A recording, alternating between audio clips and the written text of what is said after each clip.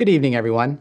My name is Varman Soni, and I'm the Dean of Religious and Spiritual Life here at the University of Southern California, where I also serve as the Vice Provost of Campus Wellness and Crisis Intervention, and where I teach courses in the School of Religion and the Chan Division of Occupational Science and Occupational Therapy.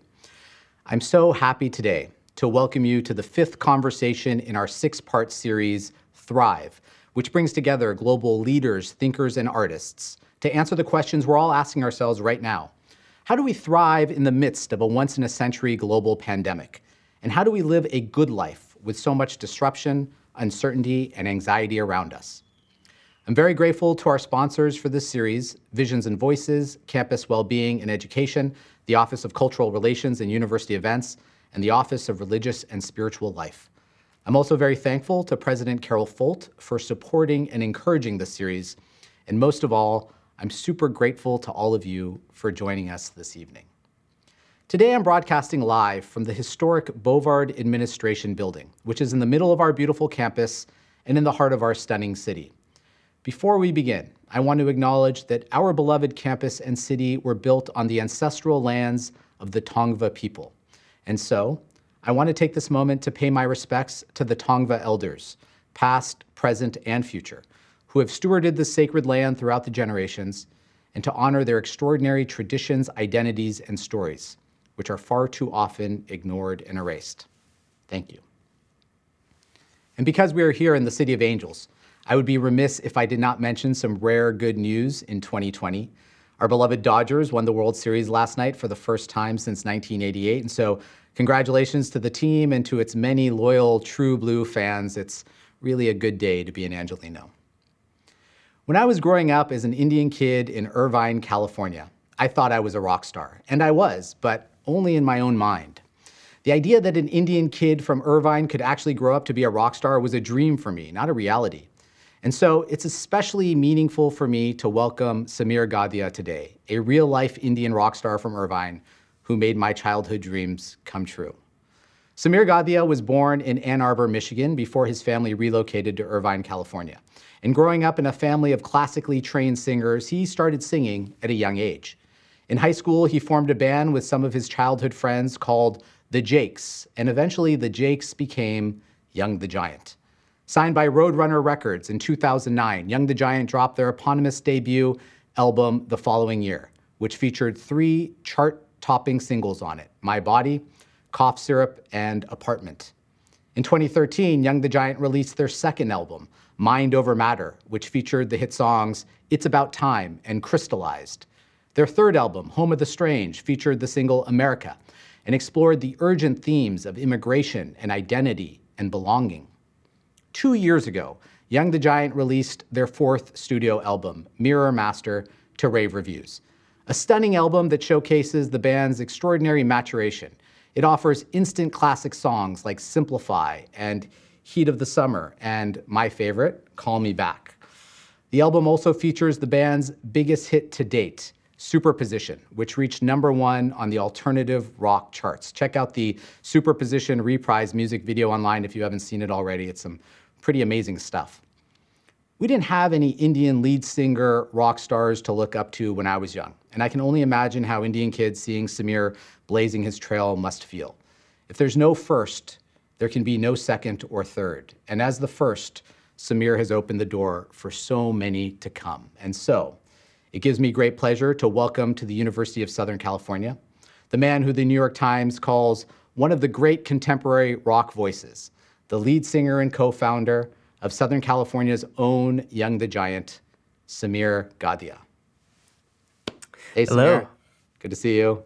Nice to see you too. Thanks for having me. Super grateful to you. I'm so happy to welcome you back to our campus, which is where you and I first met. And I want to start today back when you were on your campus, Stanford University. And I want to set the stage for this in a way that I know all the Daisies out there will really appreciate. You were a pre-med undergraduate student at Stanford University about 10 years ago. That's quite literally every Indian American parent's biggest dream come true. There's so much pressure in our community to achieve that kind of success, and you achieved it. Your parents must have been so proud, and I'm sure the uncles and aunties in Irvine were already tagging you as ideal marriage material. And yet, despite being on a path of success as defined by our community, You left it all behind to be a rock and roll singer, a profession that literally no Indian American has ever been successful at before you. It seems to me that such a decision required a lot of courage and faith in yourself and in your band. What was it like to make that decision to leave college early? And what advice would you give the thousands of students who are leaving USC as they graduate later this year? Well, thank you first for having me. That was a great introduction. So I left Stanford in 2008. I think the first iPhone probably had just come out. So granted, it was a very, very different time socially, but still, within the general class of what you would call a millennial. The decision to leave school was really a tough one. I loved school. I loved meeting people. I loved challenging the things that I had learned, and had taken real stock in like understanding the truth, wanting to really get to the truth. And in some ways, that's what drew me to human biology, which is what my major was going to be. That rigorous study of trying to get to what that truth is, and it can be always easy to sidestep that and try and go for something that makes you feel good, that seems like a better truth. But it was one of the things that's been the hardest to keep in this new cell phone revolution. But I left, and the feeling was of, I knew that I needed to do this. I was going to regret it for the rest of my life if I wasn't going to take this chance. Granted, there were some things that had already moved in our favor. We had a management company who was interested in working with us. Japan had, or some random record store in Shibuya bought like 10,000 copies of our EP. So there are a few things happening, set in motion.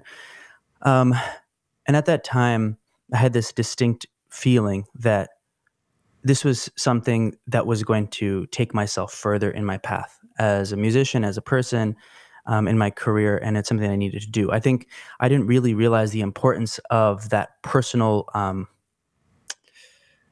belief, like just that belief in myself to do that, because I think at that time I kind of felt, okay, I'd gotten into a great school, much like USC, and the rest would be taken care of. We're still kind of believing in the idea of college, or the idea of the institution and how it works. And I figured that I didn't really know what I wanted to do, but that music was something that I kind of liked.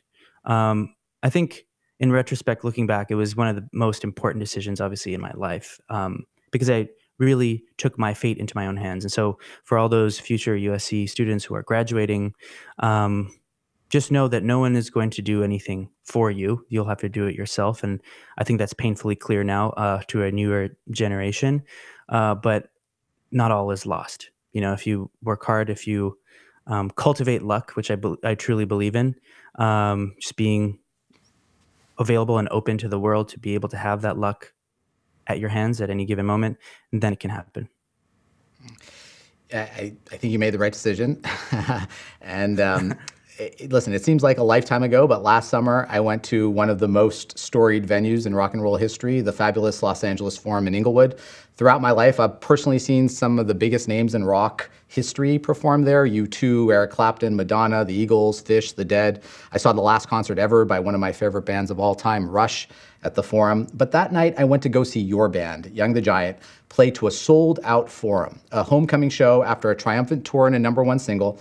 It was a kick-ass show all around, but it felt like the culmination of a decade-long journey. And later that night, as I walked around backstage with you, I noticed that all the photos that I saw of the legends who were hanging backstage were white musicians and black musicians, but I didn't see any photos of any brown musicians. And it occurred to me that you're probably the first Indian frontman of a rock and roll band to strut the Forum stage since Freddie Mercury did it with Queen in 1982, which was 7 years before you were even born.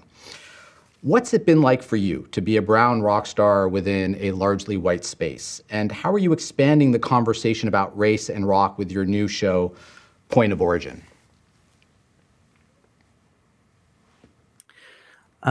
So yes, Varun, you came to the show at the Forum. It was an amazing show. Actually, you are a big impetus for this new show that I've been hosting, Point of Origin, which is on SiriusXM and Pandora, trying to rewrite the homogenous narrative of alternative and indie rock music in the past, present, and future of the genre by showcasing new artists and alternate histories of how alternative music works.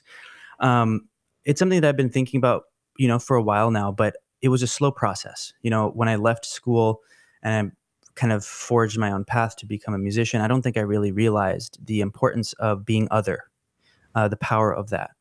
Uh, as I continued, obviously, as we worked on our third record, before even this was before Trump, I mean, there was a strong feeling of racial tension and divide throughout the country, playing a bunch of college shows everywhere. One of the great things about being a musician is that you get to tour everywhere, not just Los Angeles, in New York City. You are constantly forced to step outside of your bubble. So we were seeing this strife and division within the country.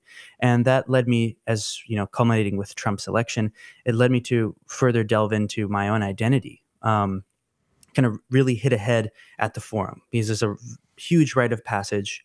And I remember, Varun, you'd also even said, why isn't, where's the community around this? Or why isn't anyone talking about this? And I realized there wasn't that community. There wasn't that other community of artists of color who don't necessarily fit in, to share their stories and share their celebrations and trials and tribulations. And so Point of Origin really stemmed from that. In some ways, I have this really weird subversive power in that a lot of people, a lot of fans, some even Indian fans, they don't even know I'm Indian, which is some people might say, oh, isn't that the goal? Because, we don't want to see the thing behind it. We just want to hear the music. Music is faceless. I think in a time of context and the power of context, it's important more than ever to share that representation, because if you don't provide context, you can't set forth a path for the next generation of artists to be able to have their stories be normalized.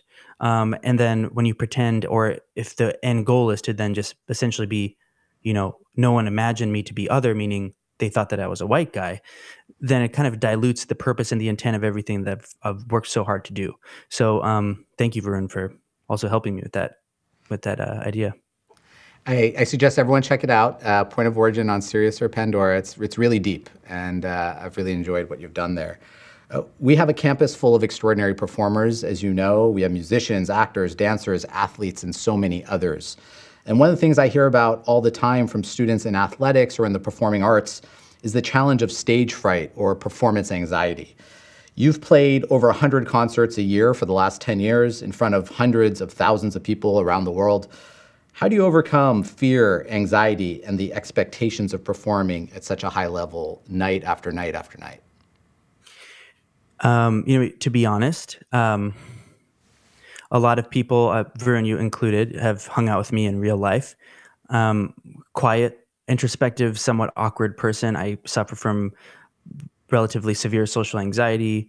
And I don't think people realize that, obviously, because my living is that I spend my time on stage performing to thousands of people. And a lot of people, wonder how I do it.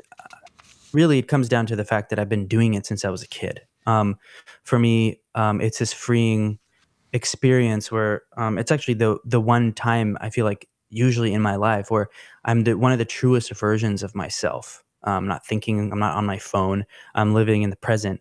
And it's the closest thing to spirituality that I can experience in my life. And that's why I love it. But that doesn't mean that it's difficult. It's not difficult for me to just like go to a party. Like I was just, joking around with my wife, and especially now because of COVID, it's like I feel like everyone's kind of regressed a little bit socially. Going to a party, I'm just thinking about going to a party with more than like 15 people, and I'm not entirely sure how to react or act, especially if I don't know anyone. So it just takes practice and time, and that doesn't mean that I don't have it. You said that performing to you connects you with a type of spirituality. I've heard this from athletes too, that like when you're in the zone, you're in the zone and your ego dissolves and there is no player, there's only playing. And if you're playing basketball, the basket looks as big as the ocean and you can't miss, et cetera. I imagine there's probably a similarity with you as a musician, being where the divide between you and the audience might dissolve. Or can you talk about what that's like? Is it like a mystical experience? Is there an ego dissolution? Like what's happening there? There's most definitely an out-of-body experience. And when you first perform, it's something that is so strong and powerful. It's like nothing else. And then as you tour more and more, you want to recreate that feeling. In some ways, you can then confuse the feeling of the spiritual high with that of a drug high. And you'll do many things to keep it up. And so, for me, to be perfectly candid, I did have issues with drinking, um, on, performing just to essentially stay awake. I was, playing 6 shows a week, 90 minutes a night.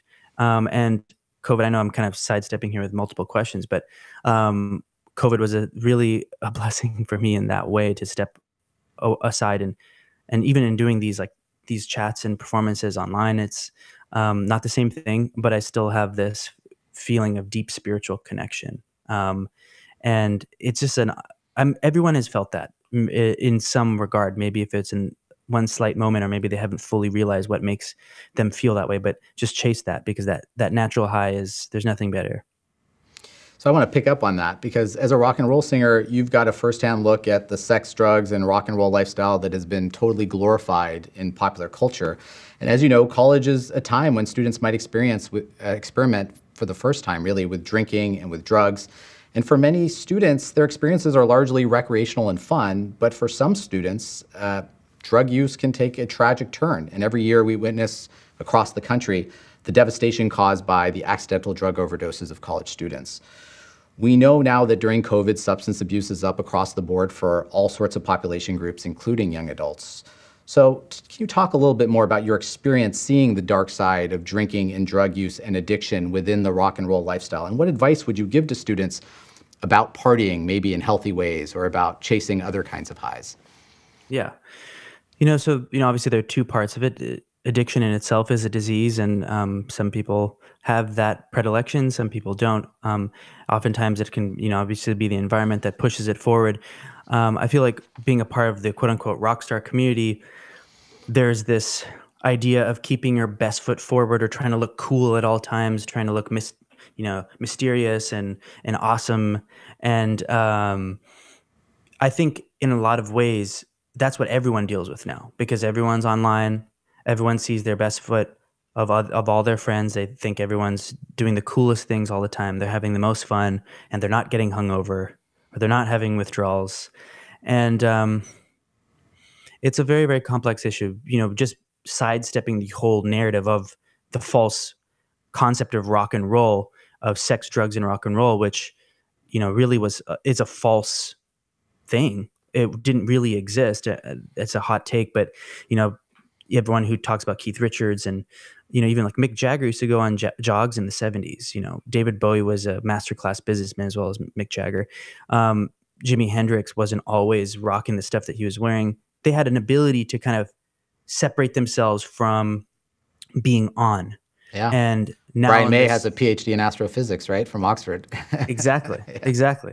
And so, everyone had this ability to hide behind closed doors. Now, no one has that ability, and everyone feels like they're famous online. And there are tons of people who are more famous than me online. And that fear of trying to be perfect is untenable. It's not realistic. I think boils down to just a social media addiction problem in a lot of ways. But when it comes to drugs, honestly, don't be afraid to seek help. Don't be afraid to talk to your therapist, or seek something else from friends and family. It's a really important time. And I don't think people even realize yet. They're starting to realize the impact of social media, as well as COVID while having social media. So everyone just needs to continue to talk. And what I can do is hopefully just continue to share and be honest about my stuff, and know that, I hate social media. There are parts of me that it obviously commodifies what I do, but so much of it is unhealthy. And even for like the Kim Kardashians of the world, they'll tell you that it's unhealthy for them as well. Yeah, so I've noticed that. You kind of were one of the last great rock bands to be signed in an analog world, and over the course of your career, you've entered into a digital world, and you've seen firsthand the explosion of social media, where everyone is sort of a celebrity online. One of the themes that all of our speakers have touched upon, you've touched upon just now, which is the negative emotional and spiritual and mental health impact that social media has. I've noticed that Young the Giant doesn't have a big social media presence in the way that you could or in the way that your peers do. It's almost by design. So can you talk a little bit about watching the explosion of social media as it kind of correlated with your own rise to fame, and what your philosophy is as a band and as an individual in using social media as a tool, but not being used by it? Yeah, that's a great question. I think I'm still trying to figure that out, honestly. With the context, like Vernon was saying, we were one of the last few bands to be signed, like kind of in an analog world. At the time, people were using bedroom software, but like it wasn't mainstream. You didn't have Grammy Award winners winning Best Producer of the Year who were making records in their bedroom. You went to the studio. That in itself is its own. There's so many issues with that.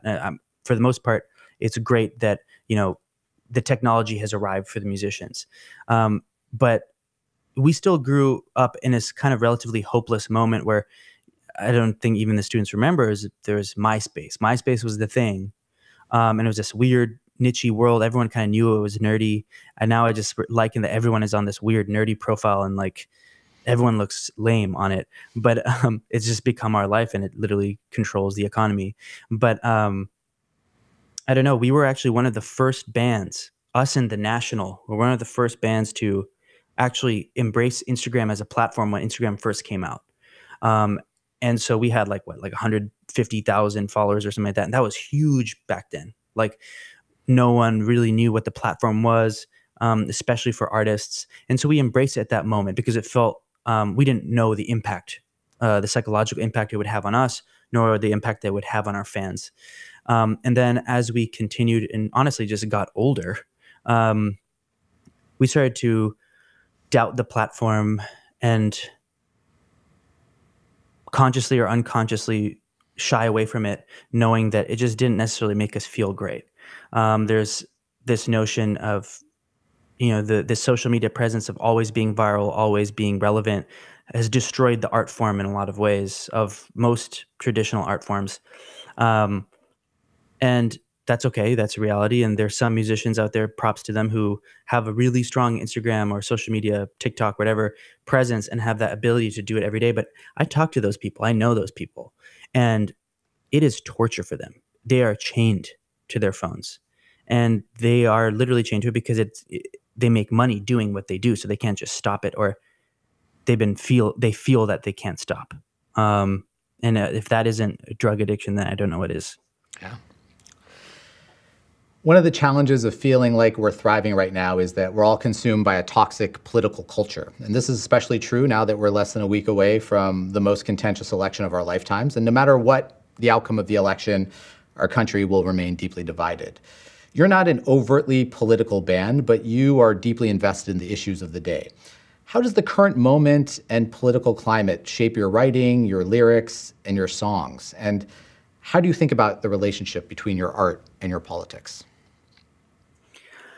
I think inherently being the person who I am allows me a unique platform. I kind of touched upon this earlier a little bit, in that I have this this subversive thing that I have going on because I'm not like on television. People aren't always seeing me. Yeah, you can see my music videos. If you're a real fan, you know what I look like. But for a lot of like a passive fan who've grown up listening to our music, maybe on the radio or just like on Spotify playlists or whatever, they don't necessarily know where I come from. And my take on politics and beliefs is to slowly, subconsciously change people's minds through the power of music. I don't think there's anything else that can do that other than music. And not through hate, but through this unity and understanding of empathy. And at the end of the day, it comes down to exposure of other people's stories. And that's our take on it. I think of songwriting existing in multiple layers. And there are many, many of the most powerful, time-changing songs that if you just look cursorily at the lyrics, they are, simple love songs. But you dig deeper and deeper and you find so much more depth. And that's what I think a true song is. We do have some slightly more political songs, and that for us is just an emotive thing, an ability to get some anger out. But I think in terms of where I see our responsibility, not everyone's responsibility, but mine, or what I'd like to do with my art, is to try and there be a conversation. And because I, I feel that even with touring, which I haven't been able to do now in a very long time, but I said this earlier as well, we don't live in a bubble. So we go play, Alabama, Kentucky, Ohio, Virginia, and we play these places. We don't play always the big towns. One of the great things about being an indie rock band and having some radio presence is that we have fans. We can pack out a theater anywhere in the country, and those are some really formative discussions. And I realize that we're kind of coming at a lot of things from the same place, and a lot of it is just in this weird, strange anger. If we can convert that into another form of understanding, then that would be great. That being said, I do obviously have my beliefs and those will stay. The spirituality and the science agree on one thing here about thriving, which is that the most important thing for us to thrive is our loving and enduring relationships. Young the Giant to me seems like a band of brothers, and it's obvious you guys really love each other. You started playing together in high school, you're in your 30s now, you're still playing together, you've been dropping albums for over a decade, you've toured the world together, you've lived in the same homes. I think you had 4 different homes that you lived in together. At this point, you've lasted longer than the Beatles. So many great bands break up because they can't get along, but you seem to have figured something out. What's your creative relationship been like as a band? And what advice would you give all the artists and musicians on campus about collaboration and trust? It's a lot of the things that you just mentioned, that last sentence: collaboration and trust. Like any relationship, there needs to be a common sense of trust and a willingness to collaborate. And in some ways, I think nowadays people think of compromise as a negative term. They think of it as, especially in our egocentric world, that my personal belief is much better than another person's personal belief. And so when we compromise, that is taking away my personal ego. I think that living in a band, working with a band is a constant lesson in temperance, of understanding, and constantly trying to be on the same page. Because one of the things about art in general is you can spend, 6 months going through the motions and pretending to write something. Nothing will happen. But if you're on the same page for 15 minutes, those 15 minutes can change your life, because you'll create something that is life defining. And that's happened several moments in our life. And it's been the biggest things in our life have happened in the span of 15 minutes. So it's a challenge to get there, especially with 5 people. There's a lot of chaos. And as we continue and as we grow older, there are more entanglements in our life. Relationships become more complicated. But it just constantly trying to work on them. And inherently, we just still see each other as friends, even though I understand. When I first started in the band, I'm like, why did the Beatles quit? Like, I don't get it. Like, why did these formative bands quit? And then I was in a band. And I was like, okay, I could see why people would want to quit. But it's a constant lesson. One of the hardest things to do as a musician is to have your own sound. There are some musicians you hear and you immediately know who they are because they have their own sound and they have their own authentic way of playing and performing. You've achieved that in your career. You've got one of the great and distinctive voices in rock today, and your band truly has its own sound. Even though every album sounds different, there is a sound that connects the dots. How did you find your voice? And what advice might you give to all of us looking to find our voice? Well, thank you for that.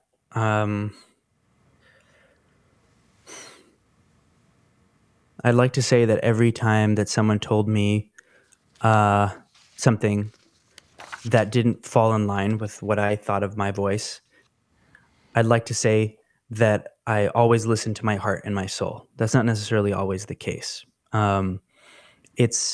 It's a winding course. It moves you in places that you never would have thought. The way that I sing and started as a musician is drastically changed from the place that I am now. But I've constantly been open to change, from within and from without. Looking for inspiration in the external world. because the second that you start writing music about writing music, then you fail to become an artist. You fail to become a vessel for experience.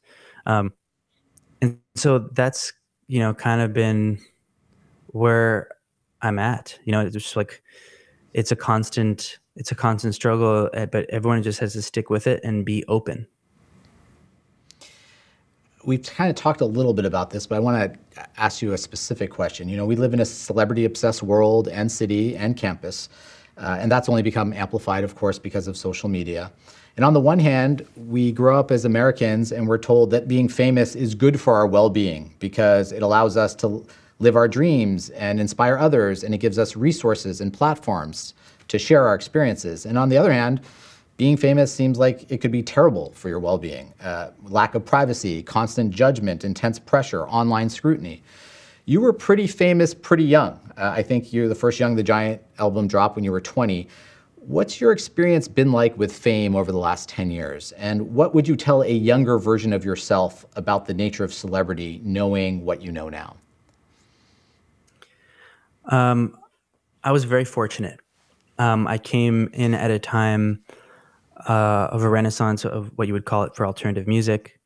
I became quote unquote famous, but not like uber famous. Like there's Brad Pitt famous.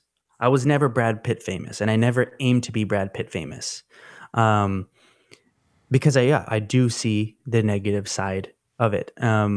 When we were young, there were the five of us, so we were able to share that load together. Even though I was the lead singer, I could, if I didn't feel like talking to press that day, then I could, hand it over to someone else who would willingly take it and do a great job. And there was just a lot of willful ignorance, which some people think is kind of weird because uh, there's there's so much data and analytics to quantify and pour over and see how you can improve. But that none of that is like the true experience of art. At the end of the day, when I truly believe, despite all the metrics, if you can connect with someone, um, then metrics be damned, it'll happen. It'll get there. Um, Fame for me is just, yeah, no one sees the negative side of it. I think it's what's fueled a lot of the depression that we have, a lot of the drug problems, and even some of the overdoses within the celebrity community. This pressure to feel like they appreciate where they've gotten to, and there's some crazy people out there who really, really wanted to be famous and can handle it. And for those people, all the power to them. You've written and recorded dozens of songs during the course of your career. Are there any songs or any lyrics that you've written in the past that mean something different to you now during the pandemic, or that resonate in a different way? And if so, what and why? Um, there are a couple, I guess. One that I kind of go back to now, especially during COVID, is a true thought appears. Oh, the genius of pain without a name. And there is a pure power to pain and suffering.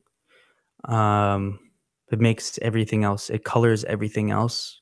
Without that shade, nothing else would seem great. And it is a learning moment. It's a place where you can find epiphany if you're looking for it, and it's all about being open. If you either try and push away the pain or distract yourself from it, it isn't as powerful as like facing it head on. And that's a very difficult thing to do. Mhm. I haven't always done that. I try sometimes. During COVID, I've kind of embraced the uncertainty of the abyss and just trying to focus inward and be a better person. Samir, I'm going to ask you my final question, which we're asking everyone in this series. It's a personal question, and that is, over the course of this pandemic, what have you found is most essential to you? My family, 100%. Um, I think I've taken my family, my loved ones for granted before this, and I haven't. My last show I played technically was in January, and I realized that this is the longest I've gone without touring, without playing a show in over a decade. The 10-year anniversary of our record just came and just passed. And it's crazy to think that it's been 10 years. And during that time, we wrote and recorded 4 albums, toured the world more than several times. And there was this constant source of flux. And I wasn't ever really able to be there for people. And now, more than ever, I feel like I have that ability to be there for my wife, my partner, for my newborn son, for my parents, for my sister, for my wife's parents. I just want to be there and appreciate them. Well, you were here for us today, and I'm so grateful to you for that, and we're so appreciative. And before we go today, I kind of guilted you into sort of potentially performing a song for us, and you generously agreed. So we're really so excited for this. Maybe you could tell us a little bit about this song that you're about to perform. Yeah. So this song actually has not been released. It's a tune, though, that I've been playing recently during some of these events because it's an important song to me. Actually, it was written during the Mind Over Matter era, our second album, and we recorded a version of it, and for some reason, it just didn't fit at the very last moment, so we never released it. Maybe we'll do a release another day. I don't know, it's just the power of belief, the power of finding a mentor. And I'd also, in the not cheesy way, I'd like to thank you very much, Varun, for being a mentor for me. I really look up to you and your platform. So in some ways, it's kind of an homage to you, or an homage to this institution, the ability of having teachers and understanding and learning new things. So it's called Metropolis.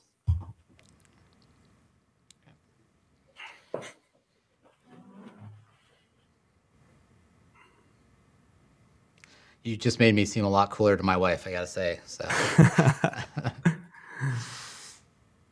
Okay. Instant reverb. There we go. All right.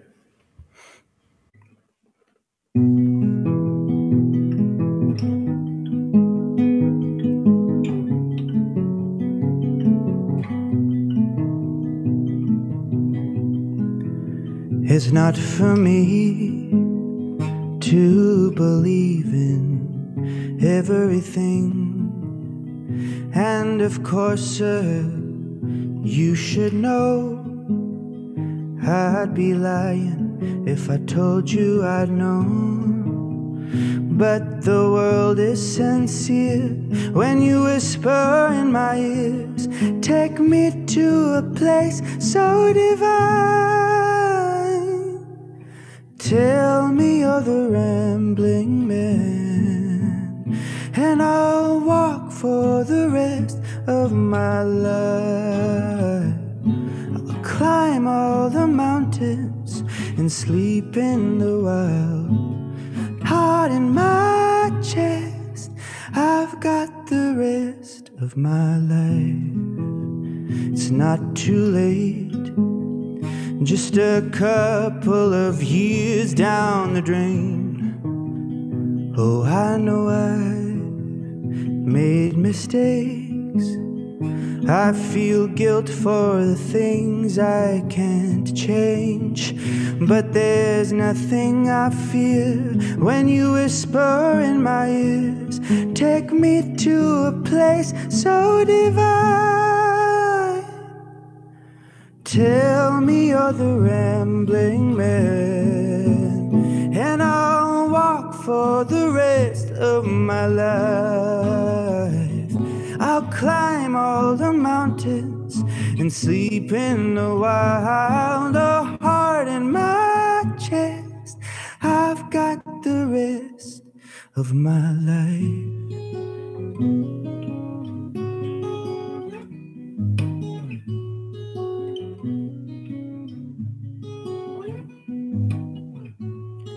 I'll follow you, I'm calling your name, searching for something I can't explain.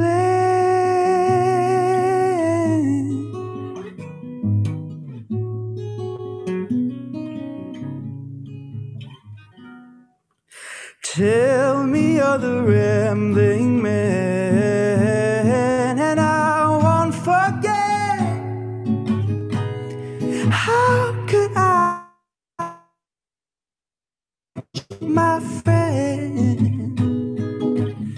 and I'll walk for the rest of my life.